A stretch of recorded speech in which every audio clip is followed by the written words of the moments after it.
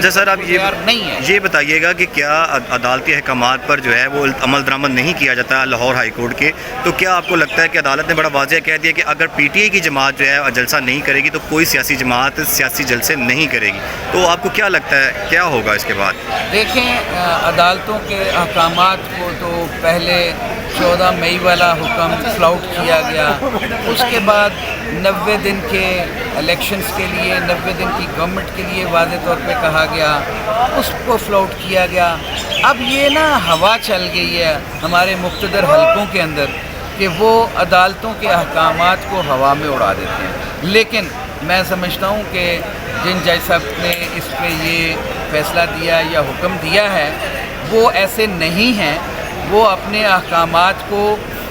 پر عمل درآمدی کے لیے ہر حد تک چلے جائیں گے، کیونکہ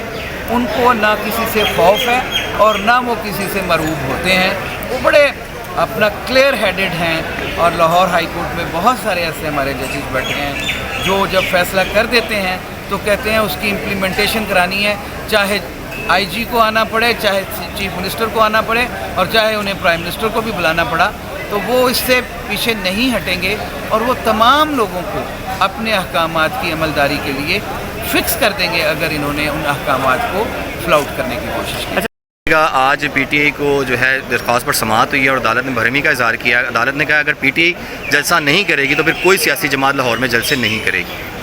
دیکھیں، بات یہ ہے کہ سب سے پہلے نون لیگ نے لیول پلے فیلڈ جو ہے وہ مانگا تھا کہ ہمیں لیول پلے فیلڈ دیا جائے، پھر پیپلز پارٹی ان کے ساتھ شامل ہوئی، پھر 13 جماعتیں اس میں شامل ہوئیں اور کہا کہ ہمیں لیول پلے فیلڈ، اور آبجیکشن کیا تھا کہ شاید فوج جو ہے وہ عمران خان کے ساتھ تھی اور اس وجہ سے ان کی مقبولیت میں اضافہ ہوا۔ آج وہی چیز جو ہے عدالت کے سامنے جب رکھی گئی تو عدالت نے بڑی واضح طور پہ ڈائریکشنز دیں،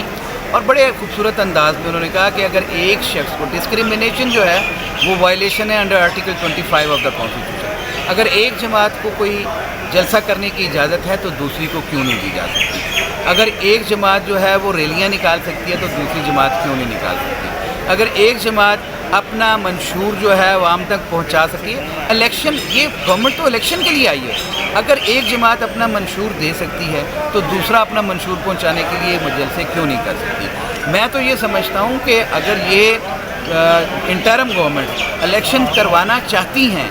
جو کہ مجھے مشکل لگ رہے ہیں ان حالات کے اندر جس طرح سے یہ چاہ رہے ہیں، اور کسی ایک کو بند کر کے دوسرے کو کھلی چھٹی دے کے اگر وہ الیکشن کروانا چاہے تو اس کو کوئی پوری قوم تسلیم نہیں کرے گی۔ میں تو کہتا ہوں کہ پھر سب کو لیول پلے فیلڈ دیا جانا چاہیے، اور عدالت نے آج بڑا اچھا ریمارکس دیے ہیں کہ اگر ایک جماعت لبرٹی میں جلسہ نہیں کر سکتی تو دوسری کیسے کر سکتی ہے؟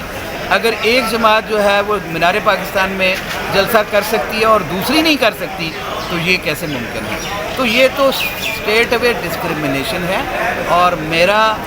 بھی یہ اس پہ بڑا واضح موقف ہے کہ ملک میں فی الفور الیکشن ہونے چاہیے، اور ان الیکشنز میں تمام جماعتوں کو حق خود ارادیت اور حق ووٹ جو ہے، جو عوام کی ان کے پاس امانت ہے، جس پارٹی کو دینا چاہتے ہیں وہ دیں۔